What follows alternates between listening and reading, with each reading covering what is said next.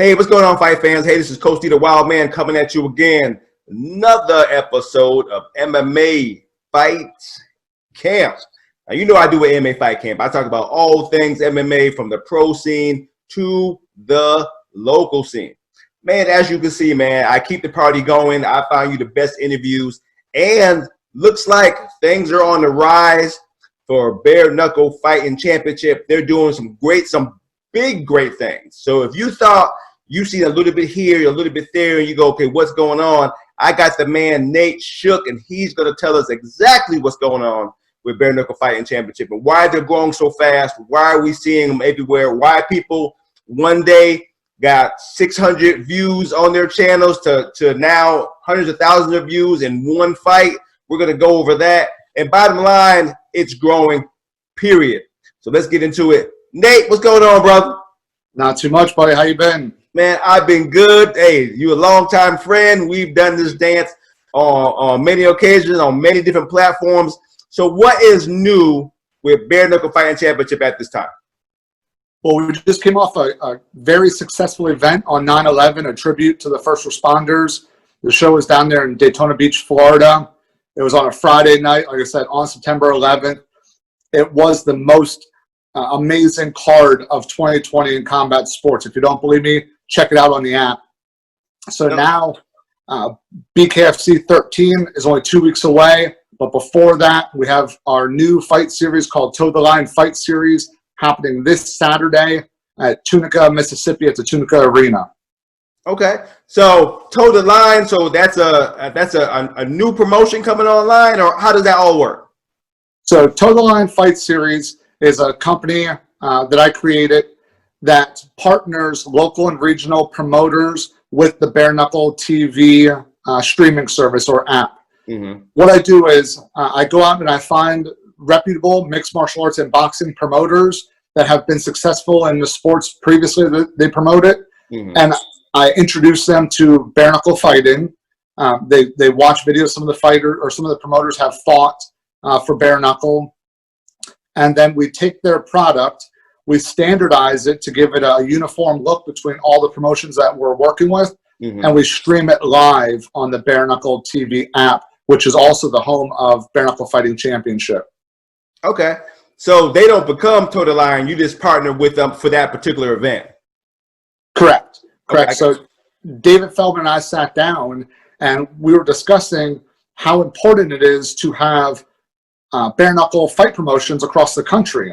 Because when a lot of people think competition is bad, for us, we need competition. Yeah. We need other people promoting combat sports, and especially bare knuckle. There were other organizations that have previously promoted bare knuckle fights, but for whatever reason, they're currently not promoting them. So when David and I sat down, we were talking about this, and between us, we know a lot of reputable combat sports promoters. So I reached out to some, got some interest from a couple of them, met with them, and we sat down and decided that Toe the Line Fight Series was a good name for an umbrella, if you will, for these different promoters to get on board and fight with us and get their product seen on a national and even international platform. Okay. All right, man. Hey, that's what I'm talking about. But let's get down to what the fans are dying to hear. I mean, over the last couple of months, we've seen such a rise in viewership when it comes to, bare knuckle fighting. Like, local guys reload, like Lorenzo Hunt and his spectacular knockout that's now going viral. Joe Elmore and his knockout now going viral. I mean, like almost overnight. My interview I had with Joe Elmore, he said he went literally viral overnight.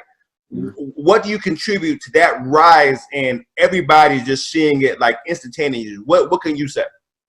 So first, the way the sport was created by David made it more exciting from the get-go. What makes bare knuckle fighting different is instead of the fighters starting in their respective corners, they start 3 feet apart in the center of the ring. This allows for the action to immediately happen instead of having to wait for the guys to come on out and figure where they need to get to. Secondly, it's 5 rounds, so it's a lot less likely to get a draw in comparison to, like, say, gloved boxing, where they do even amount of rounds. Third, each round's only 2 minutes. So this forces the fighters to get more active more quickly, because 2 minutes is shorter than what they're used to in boxing and mixed martial arts. Lastly, the design for BKFC of the squared circle gives them a unique platform to fight in, which it's great for the viewer and it's unique for the fighter because there are no corners with it being a circle.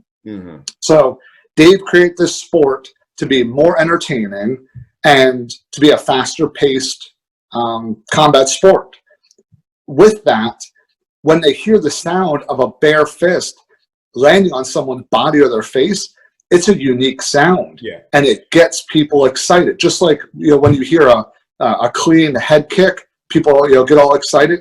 They get more excited for a bare fist because most men I know growing up have gotten into maybe a scuffle with a friend or you know, a school fight or something like that, so they can relate to getting punched upside the head or punched in the stomach with a bare fist. Whereas there aren't many people outside the fighting world that know what a knee bar is like, you know, or know, you know, what a guillotine choke is like. So it's a sport that fans can relate to, and with all that, it's even safer. So it's just a huge pot of things that make this sport so successful. And like I said, I always know a lot of hardcore fans is always going to watch it, and that's always been the case. But when can you say it turned the corner for now? High level fighters with great popularity have the chance to go to any fight promotion, like a Paige Van Zandt choosing to go to bare knuckle fighting championship over going to Bellator. You know, now that only says something big about the sport. But what would you say, for her particularly, was the appeal? Well, I think what changed everyone's perspective was the very first legal sanction and regulated event back in June of 2018. I tell everyone the same story all the time. In June 2011, Dave and I sat down at a casino in Pennsylvania, and he told me about this idea. August 5th, 2011, he did the first bare knuckle fight, or his first, I should say, bare knuckle fight. 7 years later, he got Brian Pedersen, allowed him to do bare knuckle fighting in Wyoming, and it was the first one ever legal, sanctioned, and regulated. It was #1 in the world, trending on Twitter.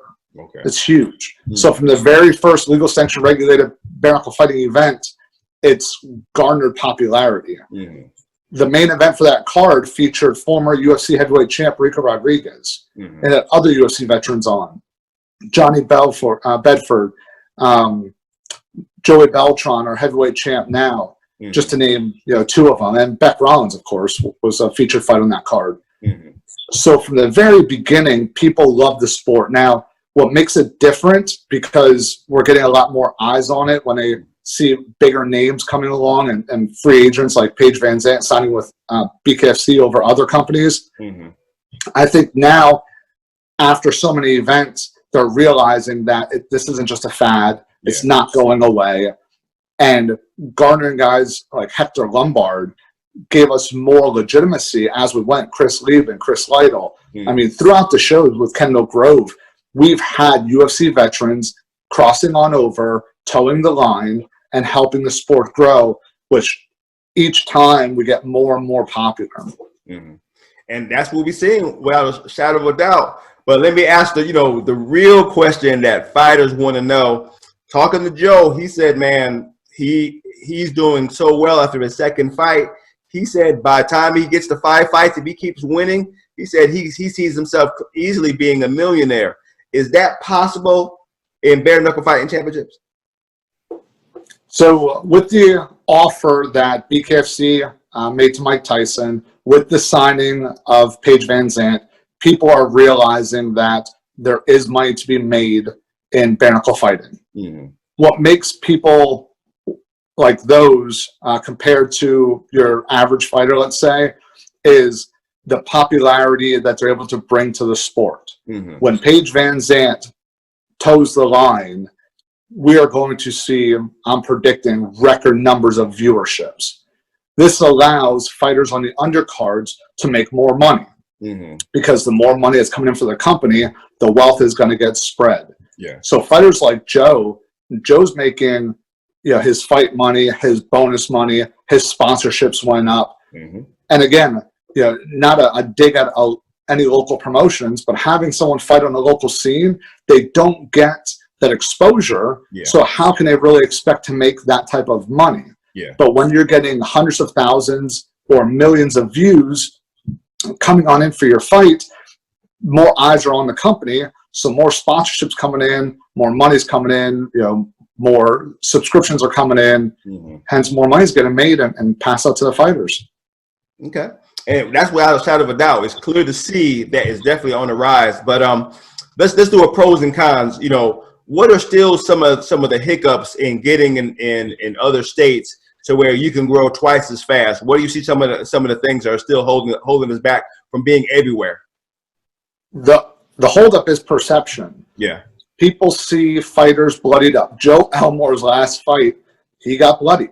Yeah. No one's gonna, debate that. Yeah. However, if you see Joe Elmore today, he looks a lot better because the small cuts that happen on the face and on the head tend to bleed more. Yeah. However, if you ask him how he feels, his body feels great. Mixed martial artists put their body through a lot to get ready for a fight. Wrestling, jiu-jitsu, boxing, clinching, Muay Thai, all these things.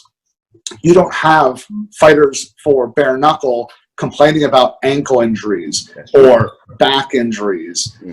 You see their face is banged up. You see their hands might be swollen. Maybe their body hurts a little bit from getting punched. But you talk to them and they feel great. And more fighters are telling me they think if bare knuckle fighting was around earlier, was approved, previously, that they would have jumped on board a lot quicker. And they think that their fighting career would go a little bit longer because they wouldn't have all the beatings and the wrestling camps and all that stuff tearing up their bodies. So I think that the only reason why we don't get in certain areas is going to be because of, political type things where it's the stigma of the look of the cuts and the blood. But besides that, medically proven, it's safer. We have the top doctor and a lot of other people who show that scientifically and medically to safer sport, less long-term damage, just a couple more cuts. All right. So do you have any states, that you think are right there on the cuff for taking you guys in? Or are you still, at a standstill? Where do you see yourself going next? Every week I'm getting messages about getting in front of a commission. David and I were in front of a commission last week. We're in front of one like 2 weeks before that. We have proposals into 3 other states. We're waiting to hear back. Right now, the pandemic is what's hurting us. A lot of state and federal employees are working remotely, so they're doing their meetings via Zoom. They're not doing as many meetings. There's not that many combat sports going on, so they don't want to introduce anything new until they get what they have rolling again. But I predict by the end of 2021, we'll be in at least 14 states, and which is adding 7 to what we have. And I wouldn't be surprised if you saw us go internationally again once traveling opens up. Okay, that's what's up.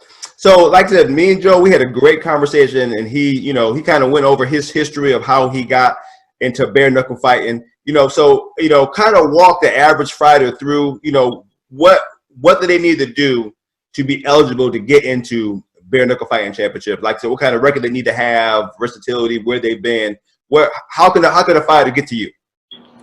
So 7 shows ago, this would have been a totally different conversation because we were still in the process of trying to get the right fighters on board to fight bare knuckle.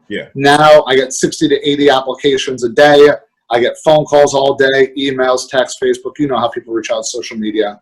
So what we've established are doing our fighter tryouts more frequently. To put it into perspective of how important the fighter tryouts are, out of our first fighter tryouts in Philadelphia, Reggie Barnett fought on the first card. He was on the tryouts.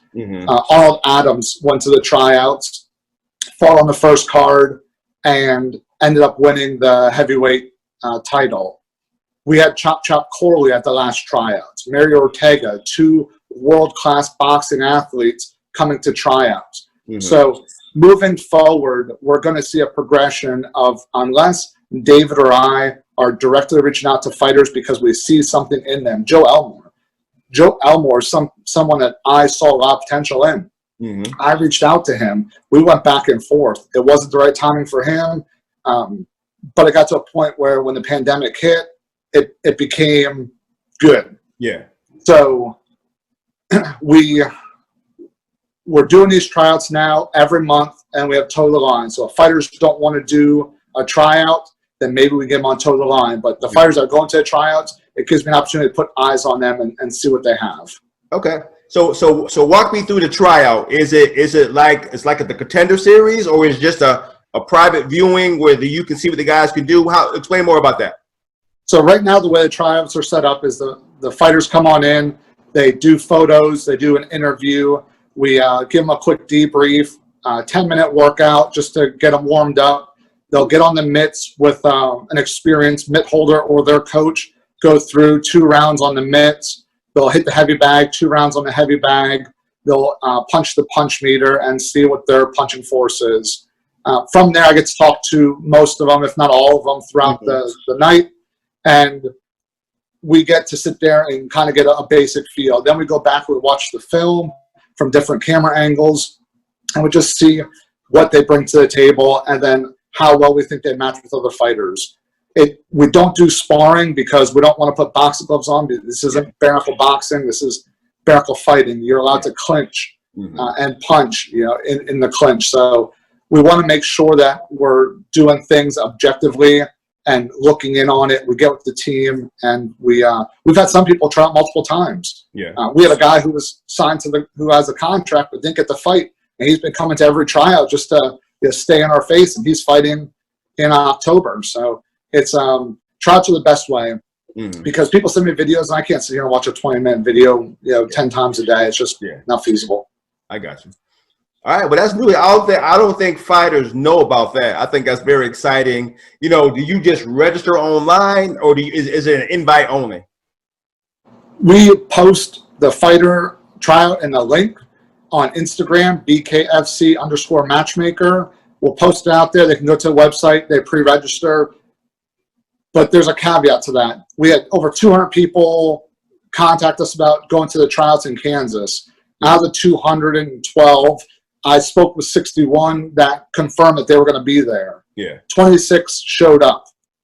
Out of the 26 that showed up, at the end, Sean Wheelock looked at me and goes, "It looks like we have a lot less people here." So I counted. Only 18 stuck around. Wow. We had an individual who drove up from Texas, told me how excited they were to be there, how they were driving up, trying out, and driving back because they couldn't either afford to stay at a hotel. They want to stay at a hotel. And when we got to hitting the heavy bag, the person was gone. I mean, why make that trip if you're not going to give it a chance? Because just because we said we're handing out 2 contracts, 4 of those fighters are fighting on an upcoming Kansas card. 3 more are fighting in Florida. One's headlining that card in Florida. Wow. Okay. They missed out on a huge opportunity. Yeah. So it sounds like the stigma is still there. A lot of people are hesitant about, if they match up. Can I ask Elmore directly? I go, since he's been in it a couple of times, I go, are average fighters ready for bare knuckle fighting championships? Because like I said, when you watch it, it looks grueling. When you watch it, it looks like, it's do or die, and image is everything sometimes. Sometimes you can go, oh, I don't think I can do that. But then you hear Elmore, he goes, man, I feel great. I'm ready for the next one. This is what I do. This is the life I chose. He said, this is my calling. He says all that leads you to believe that once you're in there and you feel it and you're a part of all that energy, is going to be a part of you, and that's what he said, hands down. He goes, it's a part of who I am now, from just 2 fights. So I think it's that fear factor that people still have. But like I said, man, you're growing, the excitement is there, viral overnight, you can't deny what happens, especially with somebody you see locally. Now is becoming a big star, becoming a bigger star. His name is everywhere. Talking about Joe, you know what I'm saying? So it is what it is, man. The sport is simply just growing. You can't stop it. So that's what I like. So tell everybody how they can find you. Where to look, what to do, and what do you look for? Just so a fighter can know. Easiest way to get a hold of me is on Instagram, BKFC_matchmaker. Also, check out our Toe the Line fight series on Instagram. Fighters that want to come try out, follow BKFC on social media. Follow me on Instagram. You'll see the post. The next one's going to be October in Arizona. Trying to put into words the type of fighter that it takes to fight bare knuckle is hard. Okay. Because it's not like mixed martial arts where if you get hit clean, you can clinch up and pull guard or shoot a double leg, or it's not like that. Yeah. You get hit and then they can clinch you and then they can keep hitting you in the clinch. Mm-hmm. So you either have to keep fighting through it or sooner or later you're going to go down. Yeah. Fighters like Joe Elmore do well because he doesn't mind getting hit. Mm-hmm. He walks through a lot of punches and he punches back very hard. Yeah. Not everyone has to do that. We have fighters that are skilled boxers who use foot movement, use head movement. Reggie Barnett's a phenomenal example. Mm-hmm. He uses his jab. He moves in and out really quickly, and that works for him. Yeah. But then we have fighters like Joe Elmore, Johnny Bedford, Joey Beltran. I mean, we have too many tough fighters to name them all. Yeah. They will go in there. They will eat your punches. They will punch you back, and they make it bloody, grueling, exciting fights. At the end of the day, bare knuckle fighting it's a sport, but it also has to have an entertainment factor. Yeah. We're the fastest growing sport in the world because of how entertaining the sport is. Therefore, we need fighters that entertain.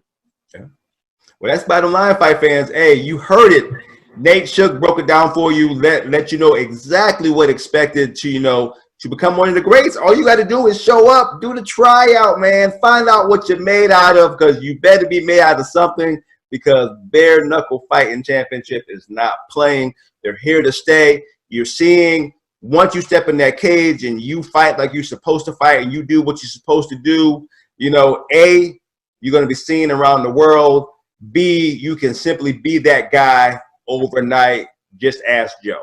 He'll tell you he did what he had to do. Now he's getting what he's supposed to get. He's proud of it. He can't wait to the next time. It is what it is. Once again, Nate, tell them who you are and tell them where you fight. Not where you fight, what you represent.